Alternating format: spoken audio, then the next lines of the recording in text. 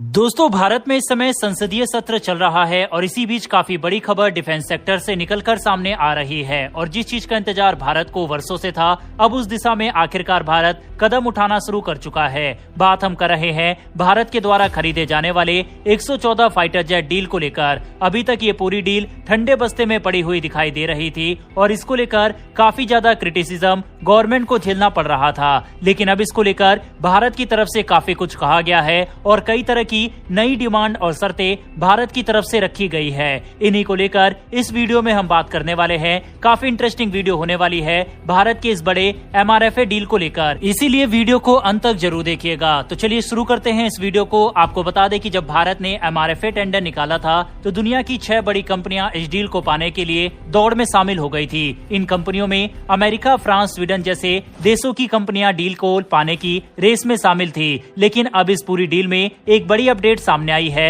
दरअसल भारत सरकार ने अपनी पॉलिसी को चेंज किया है, जिसमें भारत सरकार ने कहा है कि एयरफोर्स के लिए विमान बनाने की ये डील उस देश को मिलेगी जो भारत की कुछ शर्तों को मानेगा। इन शर्तों में भारत सरकार ने पहली शर्त रखी है कि इन सभी 114 विमानों का कंप्लीट मैन्युफैक्चरिंग भारत में ही किया जाए। इसके साथ दूसरी शर्त है कि भारत को विमान बनाने की कंप्लीट तकनीक ट्रांसफर की जाए और तीसरी शर्त है कि भारत सरकार चाहती है कि जो भी देश इस डील को हासिल करेगा वो भारत के किसी लोकल कंपनी के साथ मिलकर काम करेगा। सरकार का कहना है कि जो भी इन तीनों शर्त को मान लेगा वो इस डील को प्राप्त करेगा। लेकिन बता दें कि 2020 में जब भारत सरकार ने टेंडर जारी किया था उसमें कुछ अलग शर्तें थी, जिसे भारत ने अब बदल दिया है। नए नियमों के साथ भारत सरकार जल्द ही टेंडर जारी करने वाली है। वहीं आपकी जानकारी के लिए ये भी बता दें कि ये डील दुनिया की सबसे बड़ी फाइटर विमान की डील मानी जा रही है और यही कारण है कि भारत की तरफ से ये 3 बड़ी डिमांड रखी गई है। 2019 में इंडियन एयरफोर्स की तरफ से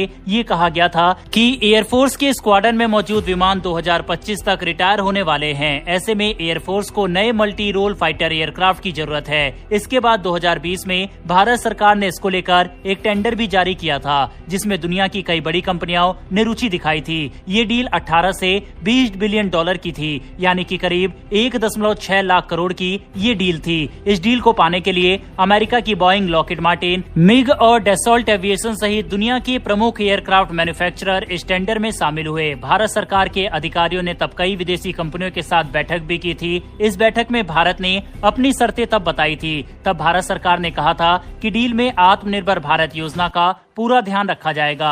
अधिकारियों ने मेक इन इंडिया पर भी बैठक पर जोर दिया था। तब ये योजना बनी थी कि शुरुआती 18 विमान डायरेक्ट इंपोर्ट किए जाएंगे, जिसकी पेमेंट टोटल विदेशी करेंसी में होगी। इसके बाद अगले 36 फाइटर जेट देश में ही बनाए जाएंगे और इन 36 फाइटर जेट्स की पेमेंट फॉरेन और इंडियन करेंसी दोनों में की जाएगी और आखिरी के 60 जेट्स की जिम्मेदारी भारतीय पार्टनर की होगी, जिसके लिए सरकार केवल भारतीय करेंसी में पेमेंट करेगी। इसके पीछे वजह है कि इस कदम से प्रोजेक्ट में शामिल वेंडर्स को 60% से अधिक मेक इन इंडिया सामग्री हासिल करने में मदद मिलेगी। तब इस डील को पाने के लिए दुनिया की 6 अलग अलग कंपनियां आई थी। इसमें सबने अपने अपने देश के विमानों को ऑफर दिया था, लेकिन भारत सरकार ने इस डील की पॉलिसी को अब बदल दिया है। भारत सरकार ने इस डील में 3 शर्तें लगा दी है। सरकार ने कहा है कि इस डील में जो भी कंपनी इन तीनों शर्तों को मानेगा उसी को ये डील दी जाएगी। सरकार का कहना है कि 2020 के टेंडर को रद्द कर दिया जाएगा। भारत पहली बार किसी डील में ऐसी कड़ी शर्तें लेकर आया है। ऐसा इसलिए भी है क्योंकि ये 20 बिलियन डॉलर की मेगा डील है,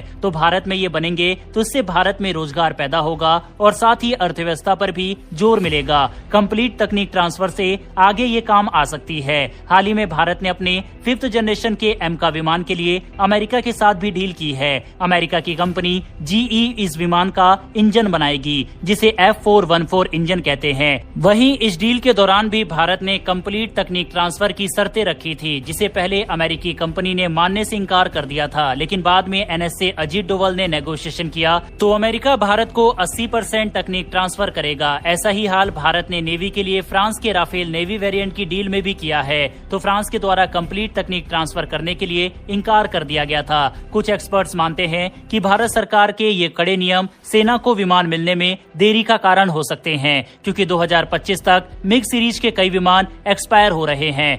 तो भारतीय सेना को ये जल्द से जल्द चाहिए। हालांकि सेना ने 83 LCA Mark 1A एयरक्राफ्ट की खरीदी के लिए ऑर्डर दे रखा है, लेकिन अभी उसकी जरूरत के हिसाब से संख्या काफी कम है। मौजूदा मिक्स सीरीज के विमानों को धीरे धीरे हटाया जा रहा है या फिर उनकी लाइफ खत्म होने वाली है। वहीं 5वीं पीढ़ी के advance medium combat aircraft project को बनने में भी अभी काफी समय लग सकता है। यही कारण है कि भारत इस समय फाइटर जेट के क्षेत्र में काफी ज्यादा पिछड़ रहा है। ऐसे में दोस्तों, भारत द्वारा इन शर्तों के ऊपर आपकी क्या राय है? क्या भारत की ये डिमांड सही है नहीं? इस पर अपनी राय कमेंट बॉक्स में लिखकर बताइएगा।